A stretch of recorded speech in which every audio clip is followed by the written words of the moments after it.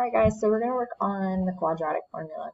So the first thing that you're going to do is you're going to identify your A, B, and C terms. Hopefully at this point you understand what standard form looks like, which is that ax squared plus bx plus c equals 0. If it's not in this format, you need to make sure that you rearrange the equation to make sure that it has that set up. Okay, so we've already identified those. And now we're just going to substitute into this quadratic formula, which, if you didn't know what the quadratic formula is, it's right here. Normally you'll be given it. However, it would behoove you to make sure that you have it memorized before your quiz. So I'm going to substitute in a b term, and I'm going to use -5 as my b. But notice how there's already a negative out here. So you want to make sure that you put -5 right there. Okay, so there's that negative, which is going to make that a positive in just 1 second. Okay, we've got plus minus the square root of -5 again, because we've got b squared. And then we've got minus 4 times a, which is 1. Change that color. Times c, which is -14. All over 2 times 1. So if we simplify this, what we're going to get is positive 5 plus or minus the square root of 25 minus 4 times 1 times -14. So when we do this, we're going to go into our handy calculator and we're going to type -4 times 1 times -14. We're going to get positive 56. We're going to put it underneath that radical. On the bottom, we're going to get 2 times 1, which is going to give us 2. And so the process that you want to do now is actually simplify what's on the outside, inside, and then underneath. And then you're going to simplify that radical. So the only thing I can simplify right now is what's underneath the radical. So we're going to bring down this 5 plus or minus the square root. And 25 plus 56 is going to give us 81 all over 2. We can still simplify this square root again. So we're going to go into our calculator and type second x squared 81 and hit enter, and that's going to give us 9. So I can rewrite this as 5 plus or minus 9 over 2. Now this plus or minus is indicating that we're going to have 2 separate answers for this equation. So we have 5 plus 9 over 2, and we have 5 minus 9 over 2. 5 plus 9 is going to give us 14. 14 divided by 2 is going to give us 7. So x is going to equal 7. And then we've got 5 minus 9, which is going to give me -4, divided by 2, which is going to give me -2. So your answer choices, or your answers, are going to be x equals 7 and x equals -2. Now, if I actually graph this original problem, I'm going to go into that calculator and I'm going to hit that y equals button, and I'm going to type that equation into that calculator. So I'm going to hit x squared minus 5x minus 14, and then I'm going to hit graph. And when I do that, I'm going to notice that it crosses at -2 and positive 7. So on this graph, let me take a picture so I can write on it. So on this graph,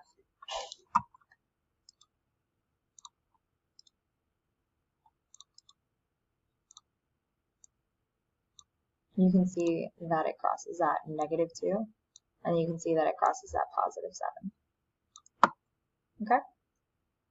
So here are your steps. Basically the ones that are the most important are the fact that you need to make sure that it's in standard form, identify, plug it into the formula, simplify the outside, inside, and below, simplify the radical, and then separate your equations into 2 answers. So go ahead and take a moment and try the next one, and I'll work it out in just 1 second. Alright, so hopefully you gave this one a try.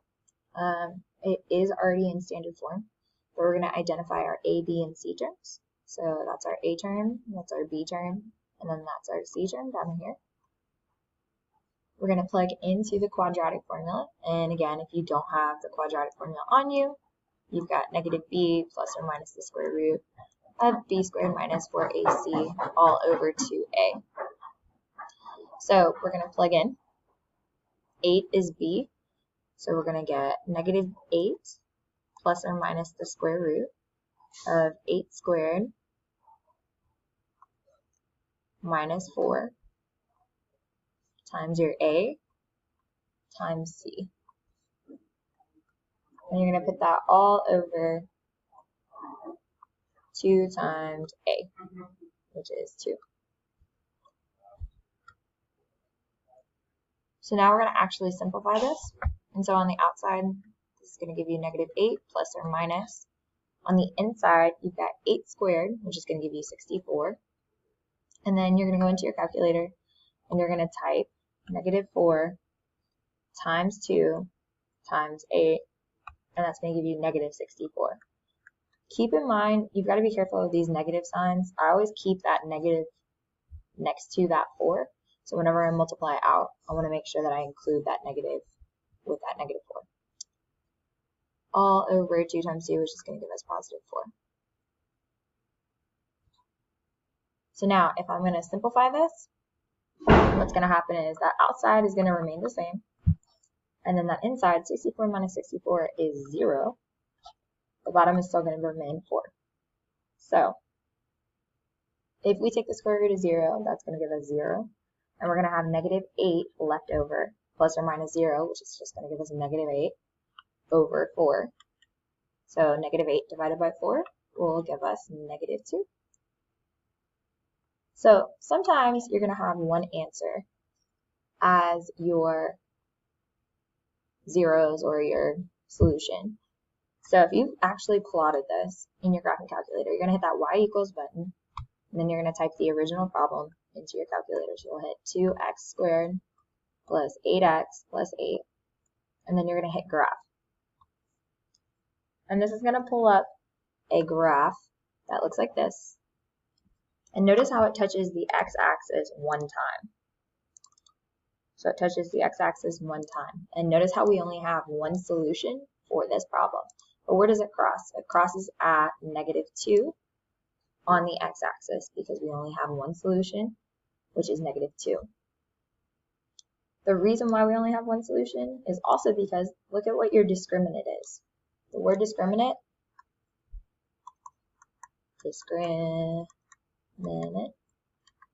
comes from the fact that you've got that b squared minus 4ac, which is underneath that radical.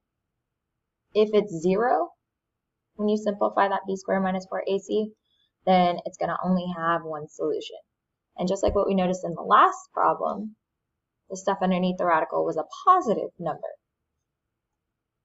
So go ahead and pause the video and try number 3, plugging into the quadratic formula, and then we're going to talk about it in just one second.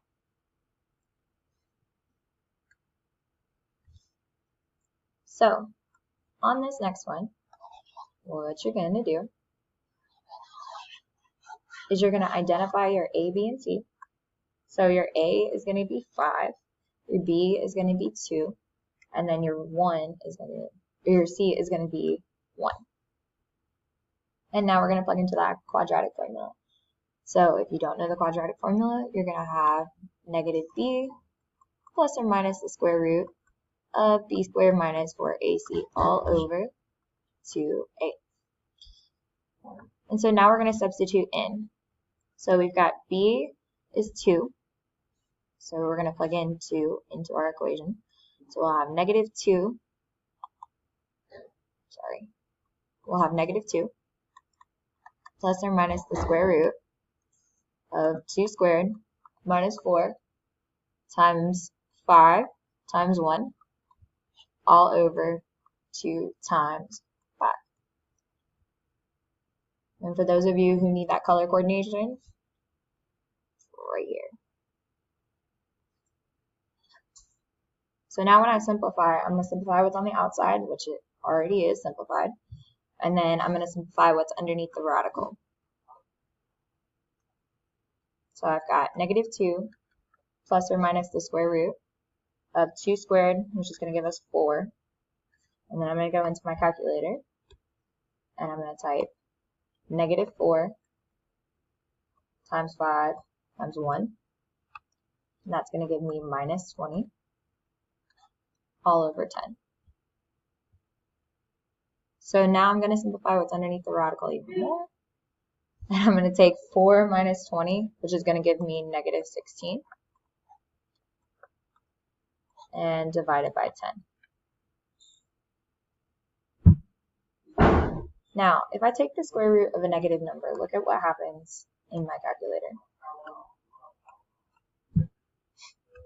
It's going to give me a non-real answer. So if your discriminant, or the stuff that's underneath the radical, is a negative number, so if the discriminant is a negative number, then you're going to have no real solution. And this is going to introduce a number system that we call complex numbers. We're going to talk about this in Unit 1B.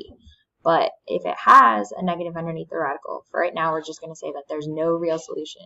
Please do not put on your paper just no solution, because that's not the case. There's actually a solution, it's just not a real term. So let's look at what the graph looks like in our calculator. You're going to hit that y equals button, and you're going to type the original problem in there. And then you're going to hit graph. And what you're going to notice is that it does not touch the x-axis. So for something that doesn't have, something that has a negative number underneath the radical, you're going to have no real solution.